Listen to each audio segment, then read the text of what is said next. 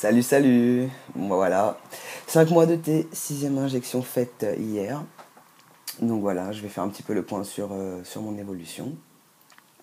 Donc on voit bien, le duvet il s'est bien intensifié, donc déjà au niveau du visage, hein, c'est bien flagrant par rapport aux anciennes vidéos.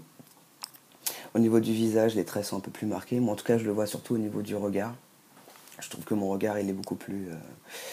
il est moins fourni au niveau des cils, j'ai perdu beaucoup de cils et du coup ça fait un peu plus masculin. Ensuite, au niveau des cuisses, ça s'est beaucoup intensifié. Là, j'ai plus des poils, mais j'ai carrément des cheveux, cuisses, nombril, les doigts, les orteils, sur les bras.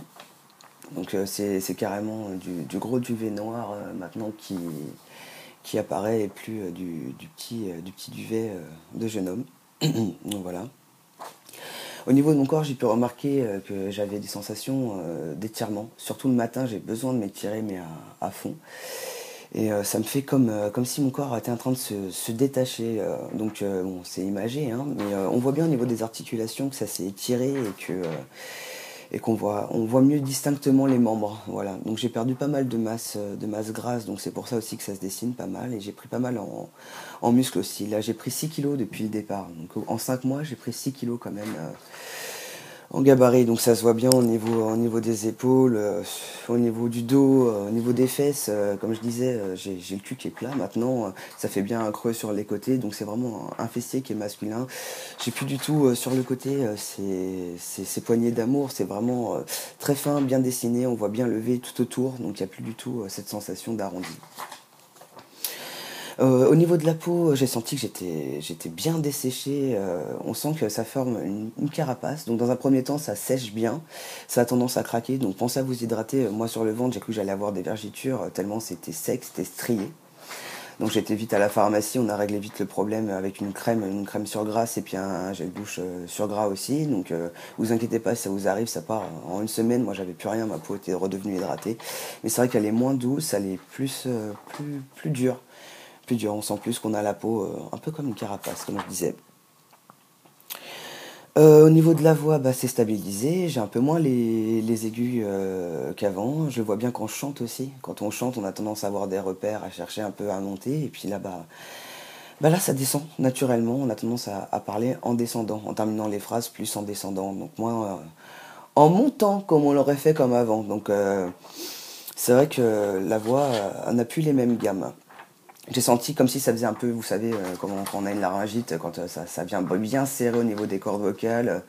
Mais c'est passé vite. J'ai eu cette sensation que pendant une semaine, je pense que j'avais le timbre déjà qui était bien dans les graves. Voilà.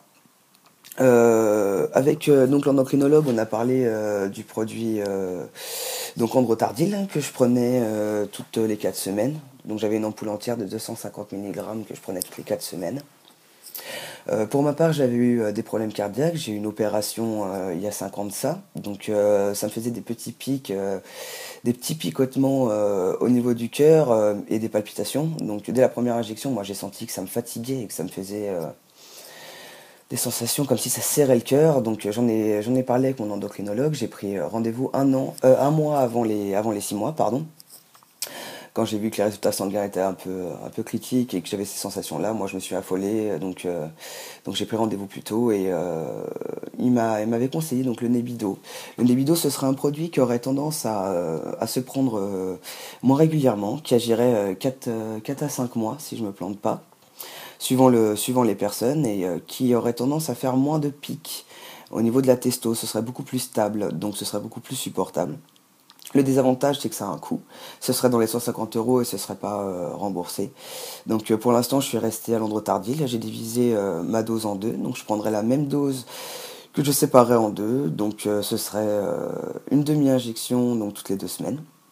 À savoir que le produit se conserve dans le réfrigérateur facilement, qu'il suffit de prendre les précautions nécessaires au niveau des aiguilles, tout ça, pour pas avoir d'infection.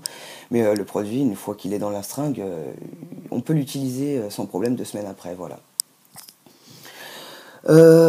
J'ai avancé, j'avais envoyé mes papiers d'ALD, mais ils avaient été perdus. Là cette fois-ci, c'est sur le point d'être validé. Donc j'ai reçu les coordonnées mail de l'adjoint du chirurgien de Belgique, parce qu'à savoir que le chirurgien de Belgique ne parle pas réellement bien français, donc il préfère que ce soit son adjoint qui se fasse la correspondance. Donc je vais pouvoir écrire ma lettre dedans. Il faut appuyer sur les critères pourquoi on a choisi cet hôpital-là, pourquoi on a choisi ce chirurgien-là, pourquoi c'est une nécessité pour nous d'être opérés, quel est notre parcours, depuis combien de temps on est hormoné, voilà, donc faire un petit peu une synthèse dans cette lettre du parcours et des attentes. Et à savoir qu'il va falloir une lettre donc du chirurgien, une lettre de l'endocrinologue, une lettre du psychologue, pour pouvoir envoyer tout ça avec un formulaire S12 à la sécurité sociale, de manière à avoir un remboursement le plus fort possible, vu que c'est fait en Belgique et que c'est considéré donc en pays européen, mais pas en France. Voilà. Pas grand chose de plus à dire. Si, donc comme je disais, j'ai halluciné. J'ai été voir donc comme d'habitude un coiffeur pas cher, un coiffeur arabe. Comme moi je suis dans l'Île-de-France, il y en a pas mal.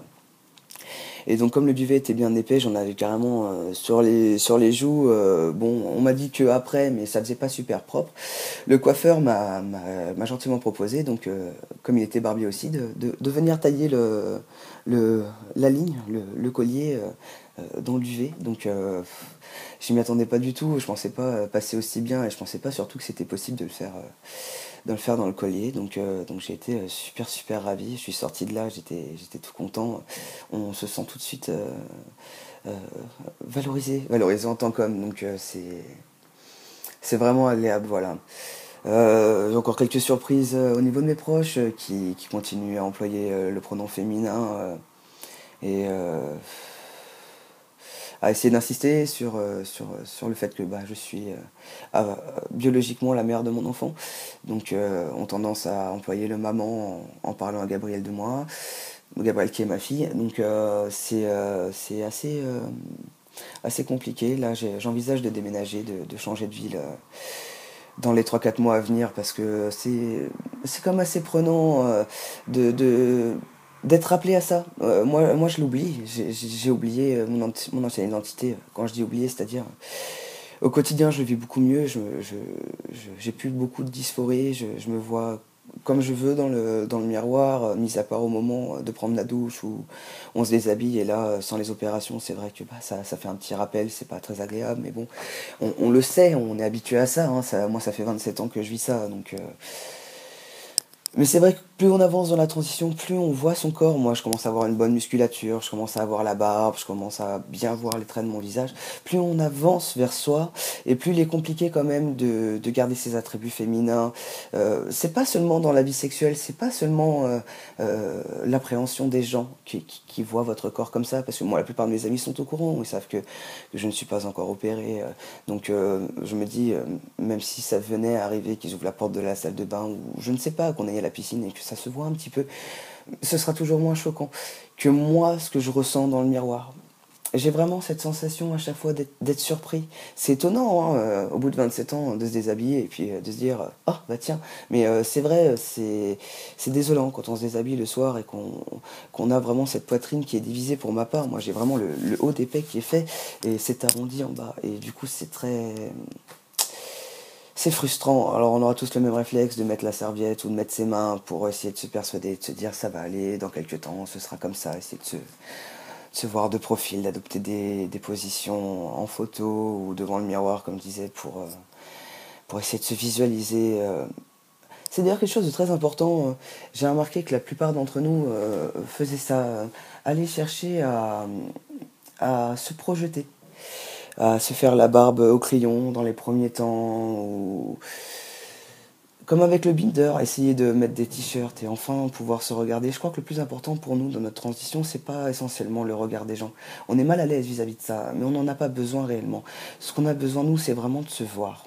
Moi, c'est vraiment le truc principal. Tant que je ne me serais pas vu entièrement dans le miroir, tant que je ne serais pas entièrement dans la bonne peau, je ne me sentirais pas bien. Même si je passe tous les jours aux yeux des gens, même si habillé, il n'y a aucun problème.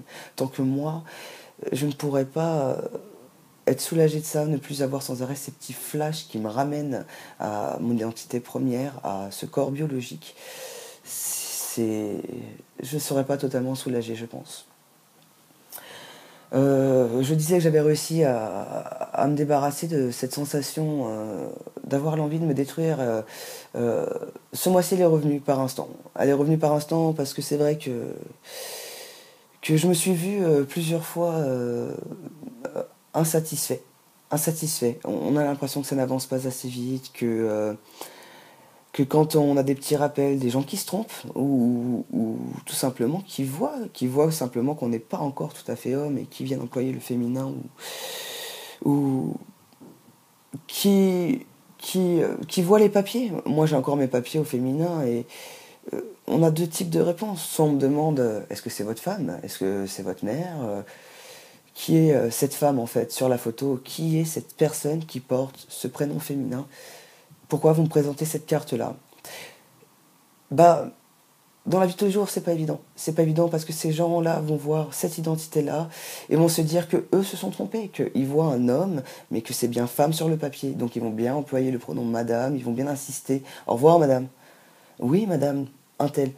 Ils vont bien insister pour essayer de se persuader malgré l'image qu'ils ont en face. Donc là, on est dans l'opposé de ce qu'on avait au début. C'est-à-dire que moi, je clamais être homme et on voyait une femme. Donc on appelait un chat, c'est-à-dire ils avaient beau savoir, ils avaient beau comprendre ma souffrance, aussi bien proche que personne lointaine, même ouvert d'esprit, quand on voit quelque chose, on l'appelle comme ça. On voit un crayon, on va l'appeler crayon, on va pas l'appeler stylo. Et là, on est dans l'inverse. On est dans le « je vois bien, monsieur », et pourquoi ? Et on insiste, on cherche à savoir votre date de naissance, on cherche à vérifier votre identité parce qu'on a l'impression que vous usurpez une identité. On est donc dans l'opposé. Donc je ne vais pas aller trop loin non plus là-dedans, mais je tenais à en parler quand même un tout petit peu parce que c'est quand même pardon, assez compliqué pour nous à un certain moment donné. On a plusieurs phases. Quand on est dans l'entre-deux au début, on a du mal à être reconnu en tant qu'homme et on insiste dessus et on ne peut pas parce que le physique ne colle pas et les papiers ne collent pas. Mais sachez que c'est encore plus compliqué. Plus on avance dans le parcours, plus on est exigeant envers nous-mêmes et envers les autres, et plus il est compliqué de vivre avec ces papiers-là. Et il faut savoir qu'en France, tant qu'on n'a pas réalisé 2 opérations, on ne peut pas obtenir ces papiers-là. Donc on n'est pas libéré. Et il y en a pour qui ça va durer 1 an, 2 ans, 5 ans, 10 ans, tant qu'ils n'auront pas pu réaliser leurs opérations, soit à cause du coût, soit à cause des démarches, soit à cause du blocage psychologique, parce qu'il faut se dire qu'on n'est pas non plus masochiste, on n'est pas non plus dans l'envie d'être charcuté, d'être hospitalisé. Moi, j'ai quand même été hospitalisé plusieurs fois pour ma part, et je suis pas pressé de retourner sur le billard. Donc c'est vrai que ça peut durer quand même un certain temps. Voilà, sinon bah, je me sens de mieux en mieux. J'ai pu me refaire au niveau vestimentaire, donc c'est vrai que ça c'est pareil, quand on arrive à se découvrir dans son style et qu'on arrive avec quelques moyens à se mettre à l'aise, ben, tout de suite dehors on se sent parfaitement bien et ça se sent au niveau des gens, voilà. J'ai eu pas mal de gens qui ont été opérés aussi, donc avant la fin de l'année, et j'étais pas rassuré. Il a fallu que je prenne sur moi et que j'arrive à dire aux gens ça va aller, tout ça, et leur dire que moi j'étais pas inquiet, mais j'étais vraiment inquiet et je suis vraiment soulagé de pouvoir voir que mes proches avancent donc dans leurs opérations et que ça se passe très très bien, même si des fois il y a quelques complications. Dans l'ensemble, ils en sortent vraiment soulagés et ça s'est bien passé. Donc c'est bien pour moi de voir que ça soulage en fait pour le futur, de se dire que on peut être opéré, ça va aller. Et en même temps, ça permet aussi de voir, j'ai vu en photo, j'ai pu voir aussi l'évolution au niveau de la cicatrice, au niveau de tout ça. Ça permet de voir les différents types d'opérations et soi-même de faire ses choix. C'est quand même, j'ai quand même beaucoup de chance d'avoir des amis qui partagent comme ça avec moi et je voulais dire aussi que je me suis jamais senti aussi bien socialement, aussi bien entouré, c'est-à-dire avec des gens qui ne me veulent pas de mal, qui ne me discriminent pas, qui m'aiment exactement comme je suis. Je n'ai pas à jouer de rôle, je n'ai pas à mentir, je suis tel que je suis et je suis accepté pour ça. Je me suis jamais senti aussi bien. Donc là, je démarre 2015 avec le big smile et rempli d'objectifs et surtout j'ai atteint beaucoup de choses déjà dans ce que j'attendais. Je vous souhaite à tous de réaliser tous vos projets pour 2015, d'avancer dans votre transition et surtout n'hésitez pas, si vous avez des questions, si vous avez besoin d'aide, vous pouvez me joindre sur Facebook, Jason Oz, vous pouvez me trouver là-dessus. Je sais qu'il y en a pas mal qui sont très jeunes et qui cherchent des réponses. N'hésitez pas, il y a pas mal de forums qui sont faits sur Facebook, il y a pas mal de vidéos qui sont faites sur YouTube. Vous trouverez pas mal de réponses et ne restez pas seul. Il y a eu encore pas mal de suicides cette année et ça ne devrait pas exister, ce n'est pas normal. Voilà, parlez autour de vous. Voilà, soyez forts, soyez libres, bisous à tout le monde, à très bientôt.